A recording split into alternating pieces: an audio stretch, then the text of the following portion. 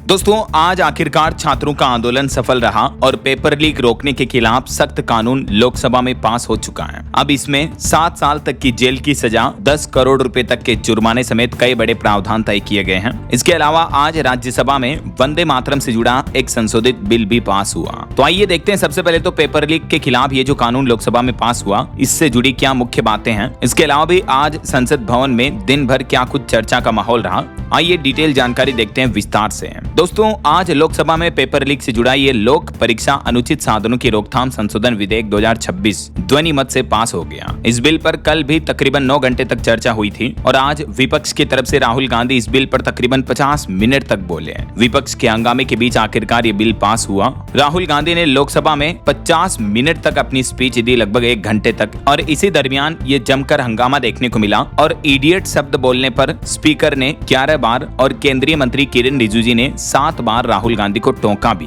और कहा कि आप माफी मांगे हैं, क्योंकि विपक्ष के नेता राहुल गांधी ने अपने स्पीच के दरमियान इडियट और अंधभक्त जैसे शब्द बोले। और फिर उन्होंने ये भी आरोप लगाया कि गृह मंत्री अमित शाह ने छात्रों पर फायरिंग के आदेश दिए थे। तो इसको लेकर भी सत्ता पक्ष में जमकर हंगामा हुआ। राहुल गांधी के इन आरोपों पर केंद्रीय मंत्री जितेंद्र सिंह बोले कि राहुल जी कहते हैं गोली चलाने का आदेश गृह मंत्री अमित शाह ने दिया, जबकि राहुल गांधी उसका प्रमाण भी नहीं दे पाए। केंद्रीय मंत्री का कहना है कि गोली चलाने का आदेश मंत्री नहीं बल्कि मजिस्ट्रेट, डीएम और एसडीएम देता है। राहुल को सार्वजनिक जीवन के अनुभव का भी अभाव है। गोली नहीं चली बल्कि टीयर गैस का इस्तेमाल हुआ। तो ये तो कुछ पक्ष विपक्ष की बहसबाजी देखने को मिली, लेकिन अच्छी बात ये रही कि आखिरकार अब हमारे देश में पेपर लीक से जुड़े कानून और सख्त हो चुके हैं। अब पेपर लीक से जुड़े अपराधों में शामिल अपराधियों को अधिकतम 10 साल तक की जेल और 10 करोड़ रुपए तक का जुर्माना भरना पड़ेगा।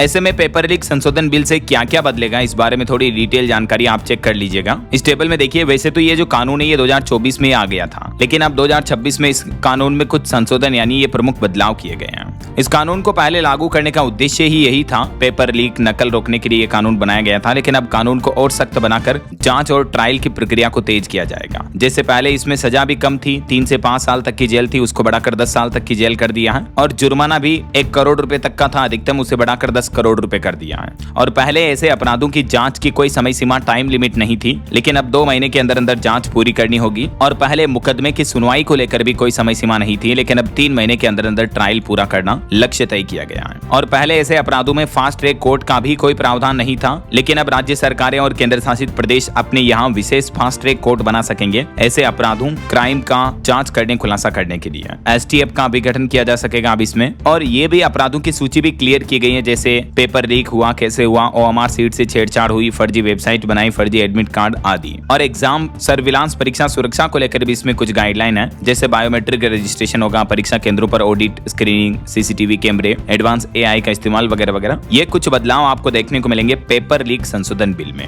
ठीक है। और राहुल गांधी ने आज एक गंभीर आरोप ये भी लगाया सदन में। वो बोले कि धर्मेंद्र प्रधान तो बस एक मुखौटा है, असली दुश्मन तो आरएसएस है। वे चाहते हैं कि आप अंधभक्त बने। देश की हर यूनिवर्सिटी में आरएसएस का वाइस चांसलर है। छात्रों ने बता दिया कि वे किसी भी हाल में अंधभक्त नहीं बनेंगे। तो राहुल गांधी के इन बयानों को लेकर भी काफी हंगामा देखने को मिला। और राहुल गांधी ने यह भी आरोप लगाया कि गृह मंत्री अमित शाह ने ये छात्रों पर फायरिंग करने की इजाजत दी, पेलेट गन चलाने का आदेश दिया। वो बोले कि गृह मंत्री के पास हिम्मत नहीं है कि वे सदन में आकर बैठे हैं। उन्होंने अमित शाह को चैलेंज भी किया कि आप अगर फायरिंग का आदेश नहीं दिया तो सदन में आए। तो ये तो लोकसभा में आज बहसबाजी देखने को मिली, लेकिन इस बीच देश के राष्ट्रगीत वंदे मातरम के अपमान पर भी एक सख्त कानून पेश किया गया आज। अब वंदे मातरम का अपमान करने पर 3 साल तक की जेल की सजा का प्रावधान रखा गया है। राष्ट्रीय सम्मान अपमान निवारण संशोधन विधेयक 2026 बिल के तहत ये बदलाव किए गए हैं। देश के राष्ट्रगीत के अपमान के लिए अब 3 साल तक की जेल, जुर्माना या दोनों का प्रावधान रहेगा। वैसे राष्ट्रगीत को लेकर कुछ जनरल नॉलेज की बातें भी आप देख सकते हैं। राष्ट्रगीत के रचयिता बंकिम चंद्र चट्टोपाध्याय हैं। 14 अगस्त 1947 संविधान सभा की पहली बैठक में इस गीत के साथ बैठक की शुरुआत हुई थी और 1950 में इसे राष्ट्रगीत के रूप में अपनाया गया।